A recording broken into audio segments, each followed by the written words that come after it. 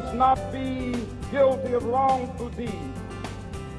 Let us not seek to satisfy our thirst for freedom by drinking from the cup of bitterness and hatred.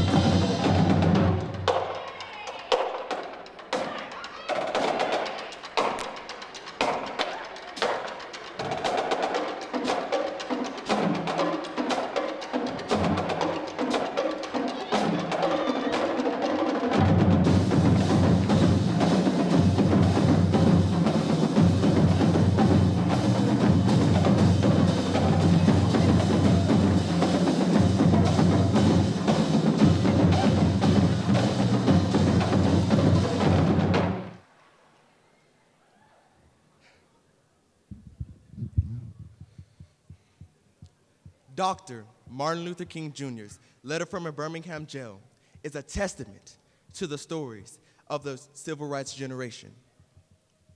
Clergyman wrote this letter describing many false accusations about Dr. Martin Luther King, which got him imprisoned. He wrote this letter in prison, responding to wrongful and racial actions brought onto him. This piece relates to the stories of men, women, and children in so a moving manner that I am ever reminded that these are the stories of my ancestors. We have waited for 340 years for our constitutional and God-given rights. The nations of Asia and Africa are moving with jet-like speed towards gaining their political and constitutional independence.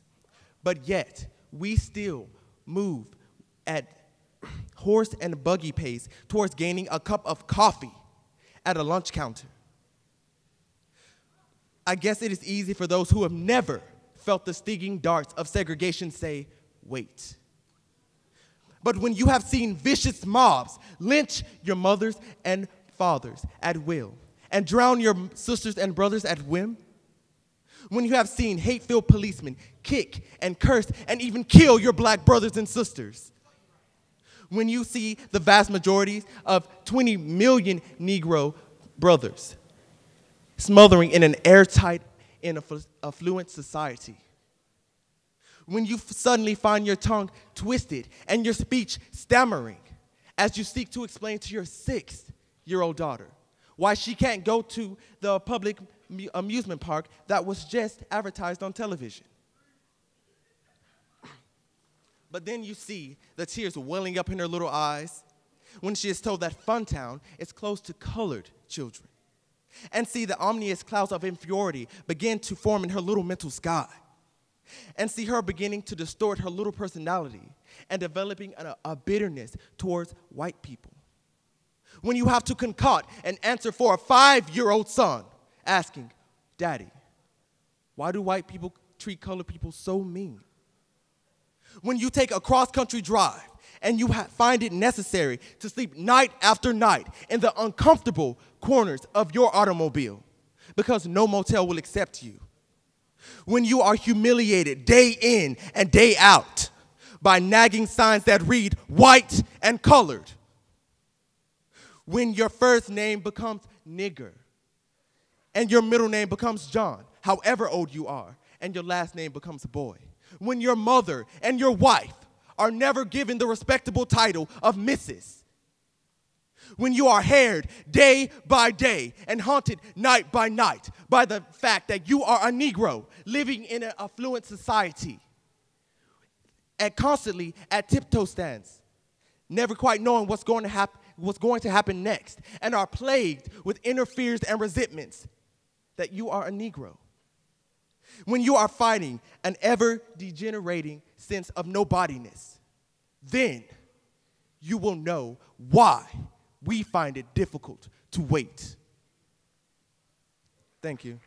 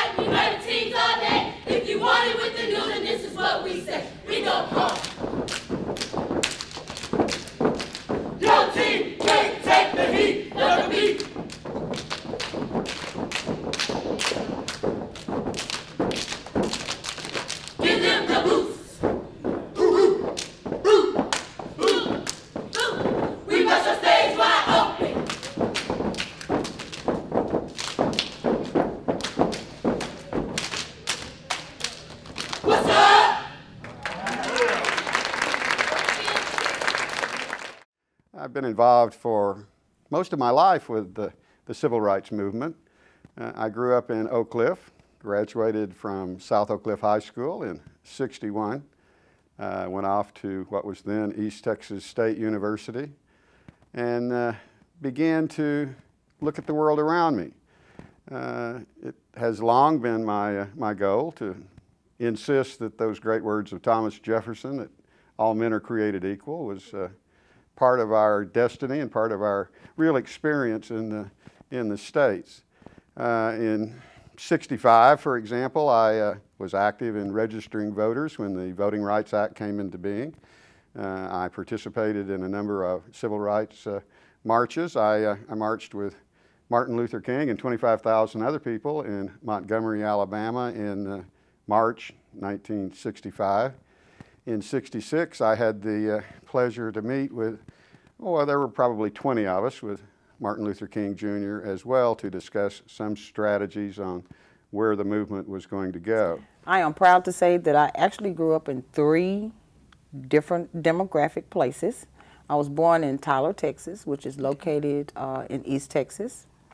I attended school grades K through 5 in Garland, and then 6 through 12, I lived in Dallas.